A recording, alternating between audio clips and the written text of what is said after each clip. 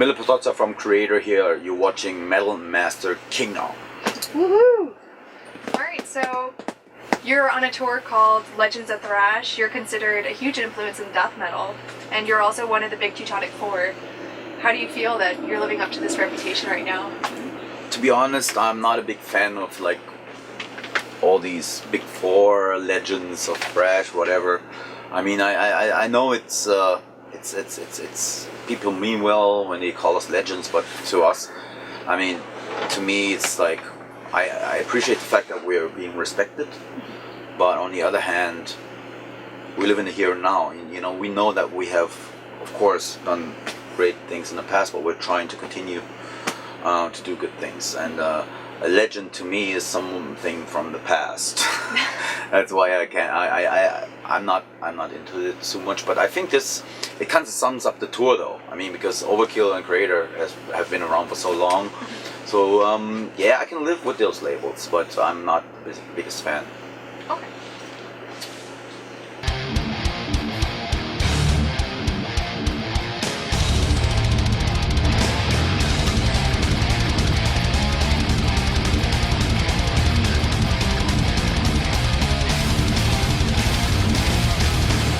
Mille, I'm going to actually quote you. For us, success doesn't define in record sales, so all our albums have been successful for us because we've achieved what we are aiming for. So, based on that. To me, it's about being happy. You know, I have all my life I've done what I wanted to do. I've been totally independent. I was able to do what I love. I was able to play music all my life without making any compromise. And of course, Kreator's not like a mainstream band, but we have a very strong following all over the world. We have many fans. Everywhere we go, there's people coming, and we're one of the few bands that is able to do a real world tour. We play every corner of the world, and there's many. The Kreator fans are everywhere, so I'm happy. You know, and you know this thing, the pressure of commercial success, so to speak, comes from record labels that are just, they don't understand music. You know, they don't understand that a band that doesn't sell much might be. I mean, I some of the bands that I listen to, they don't sell anything, but they're great bands. You know, and so that's not a measurement to me. I mean, this is not a competition. This is music. You know, music should be an expression of an individual or an art form. You know, not something that's measured in record sales or whatever. You know, it's just bullshit. I don't like that. Thank you.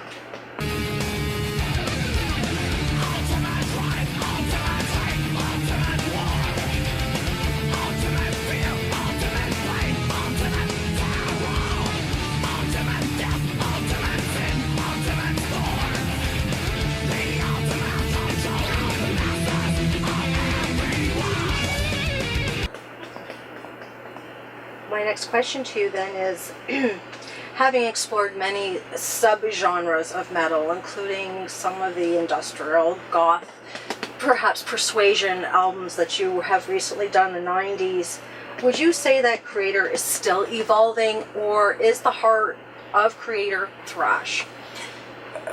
Yeah, even the goth albums that we were doing were like Kreator playing with influences from outside. You know, I think that's since we started so young. We started when we were teenagers. Our first record came out, I was still in school, so we never had the time to explore all the other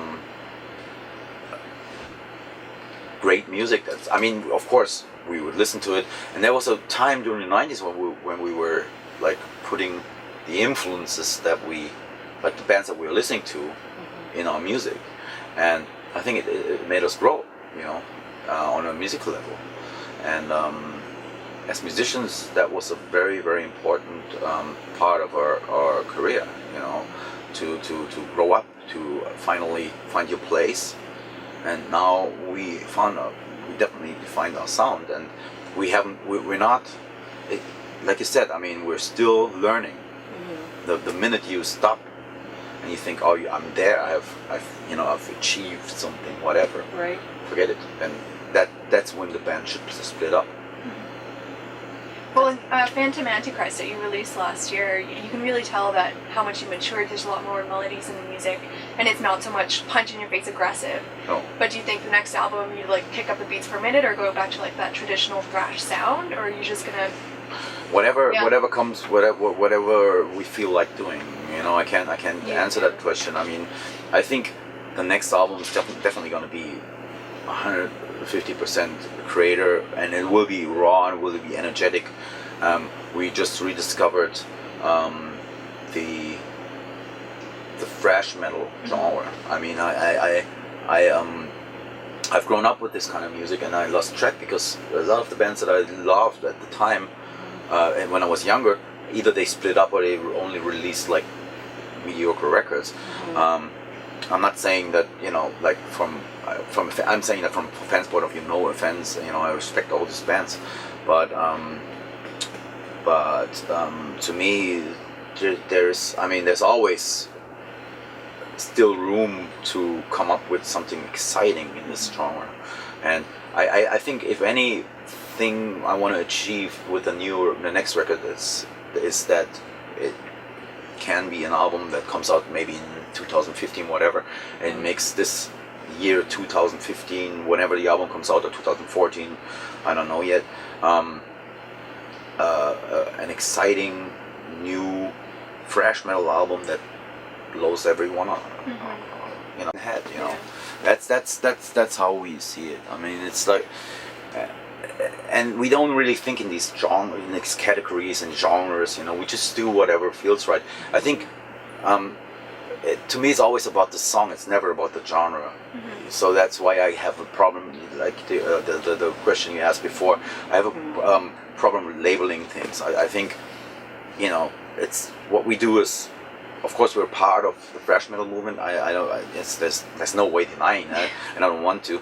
But I think we have a unique sound, and that's what we're working on. Yeah.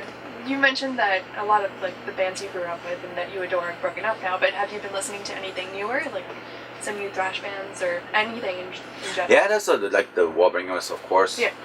But there's also a band that I really like from Greece called the Suicidal Angels. They're really good, and that one band from Brazil, Violator, I like a lot.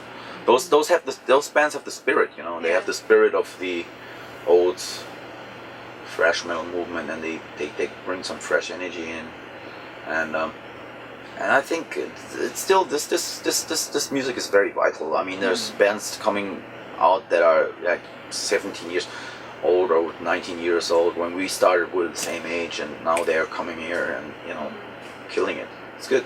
Yeah. Good thing. Nice to see that.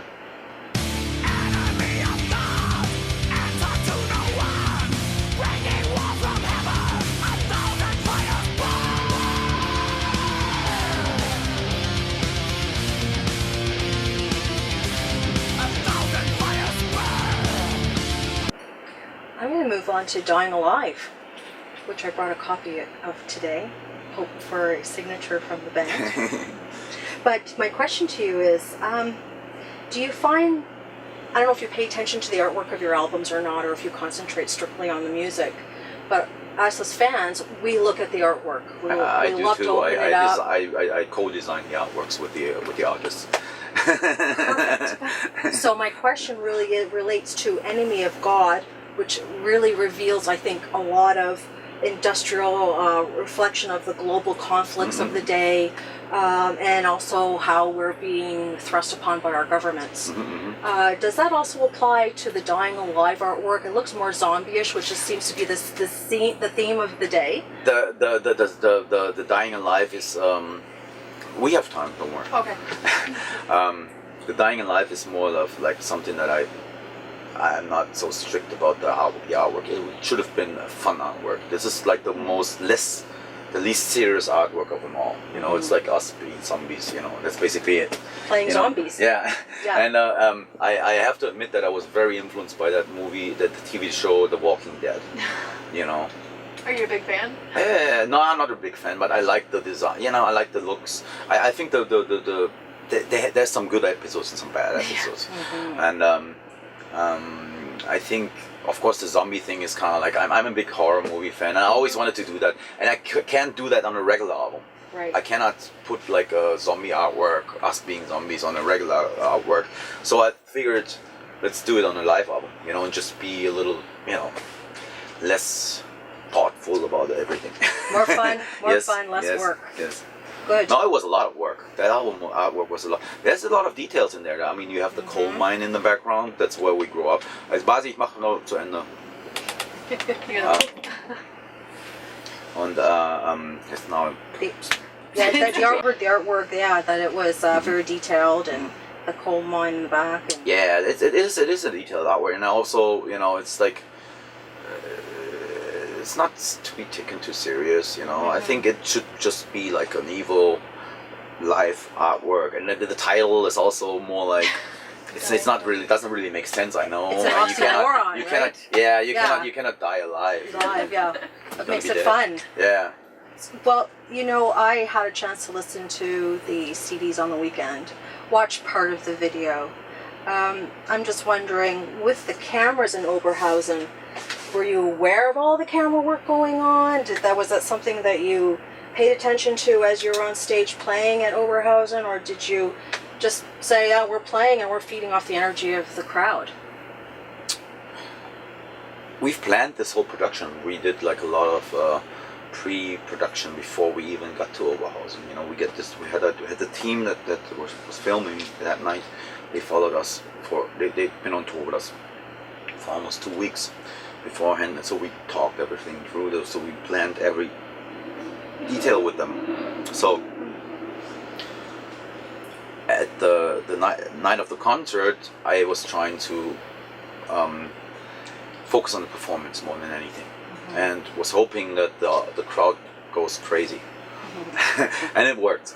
Right. Most of it was really, there's minor details, but that could have been better, or we had some shows that were more, you know, and on that tour we had some shows that were even more energetic. But all in all, this is like at least I think it's a pretty cool release for a live album and a live DVD. I think it's definitely shows where Kreator stands at this point in time.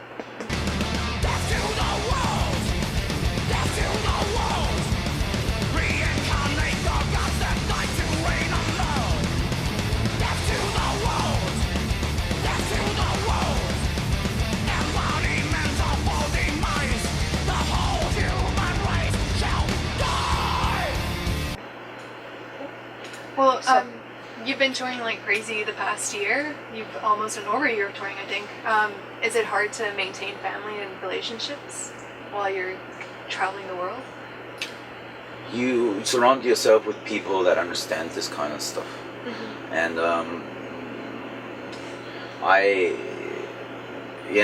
to me, it's in the age of the internet and Skype and everything, you can always keep in touch with people,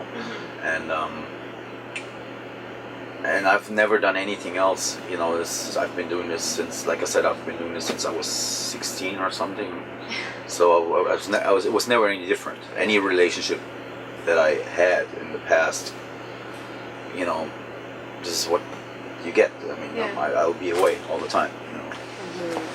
So I feel like it's a reality of all musicians now, especially record sales aren't defining your income now. It's more so touring. It's not as bad as people say it is. You know, I mean, we have a very loyal fan base, and we make things work different ways. You know, I mean, of course you have to improvise, but it's not like I don't think people tend to complain so much about everything, and I think metal has never been stronger as a worldwide phenomenon. I'm speaking. Yeah, you know, I feel the same. You know, and I think all these business details these things were never interesting to me, as